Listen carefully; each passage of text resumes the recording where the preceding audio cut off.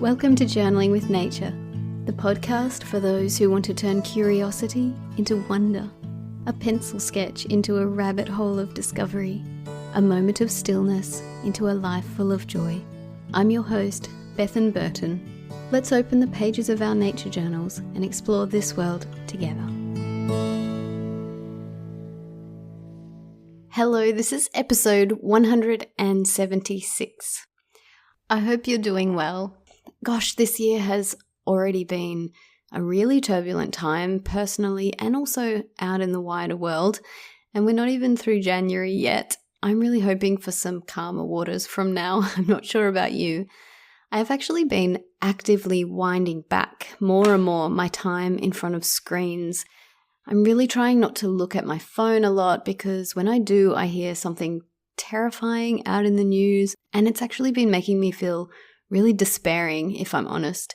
And I know a lot of people who are feeling this way too, and I'm not suggesting that we put our heads in the sand at all or not keep track of what's happening out there, because that is important. But just moderating what goes into my brain and heart has been really helpful at the moment for maintaining some sort of equilibrium.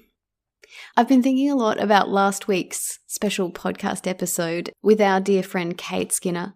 Did you get a chance to listen to that one? It is for me the most special podcast I've ever made, and one that I'll revisit again and again to revisit Kate's words and the sound of her voice and her love of this world and literature and humanity.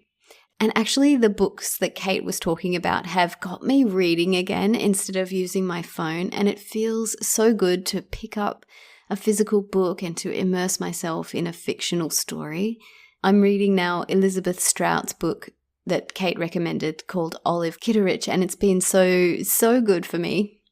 I've also been thinking about the episode and about one thing that Kate spoke on, which was that during times in her illness when she was feeling fear, she would often take herself back in her imagination to particular gardens that she'd visited or special places in nature that were important to her in past times. But also she mentioned that it might not be a landscape that she had actually visited before in real life.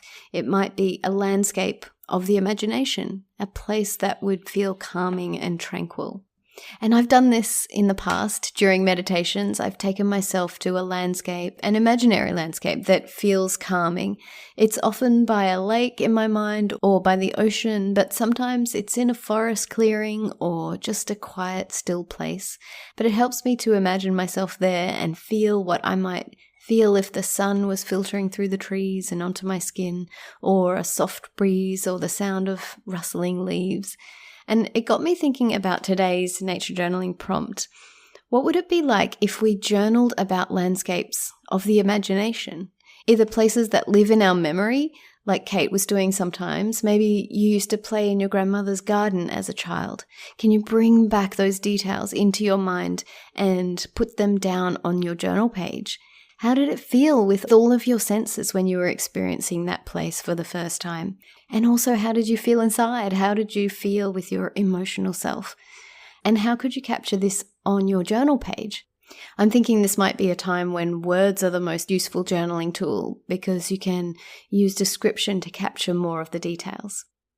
Or if you're like me and you're finding this time in political history a scary thing, you could use your imagination to create a whole new landscape, a place of calm and peace, dropping yourself into the landscape and being steeped in all the sensory experiences that bring calm. And then transform this imaginary landscape into a journal page that you can look at and remind yourself of the tranquility when you need it.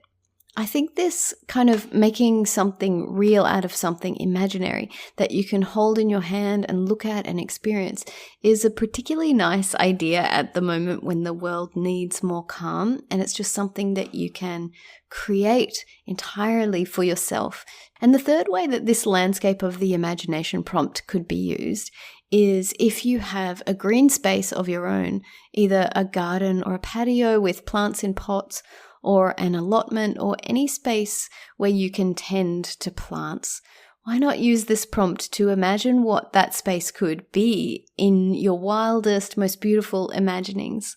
What would you do in your garden if you had all the time and all the resources in the world.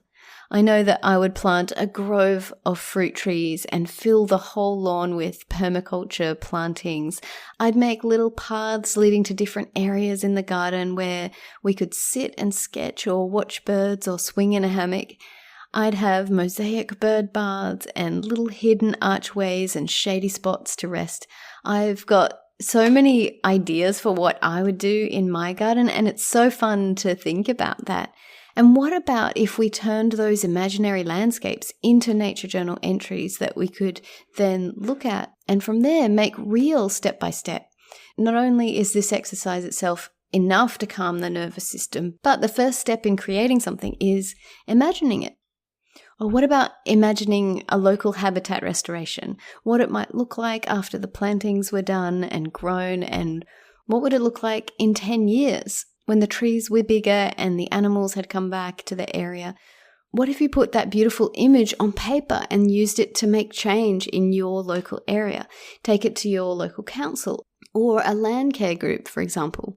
I know that I'm getting a bit wild with this idea, but this is our prompt for the week. Imagine a landscape and put it down on paper and see what comes of that. It might be just that it invokes a sense of calm and peace in you, which is needed by lots of people at the moment. Or it might be a vision of something special that you can bring to life in a really tangible way, like the design for a garden or a green space. I'd love to hear your thoughts on this little exercise, and if it brings you something, let me know by leaving a comment under this episode on the Journaling with Nature website. I really love reading your messages there. Thank you so much for listening. See you next week.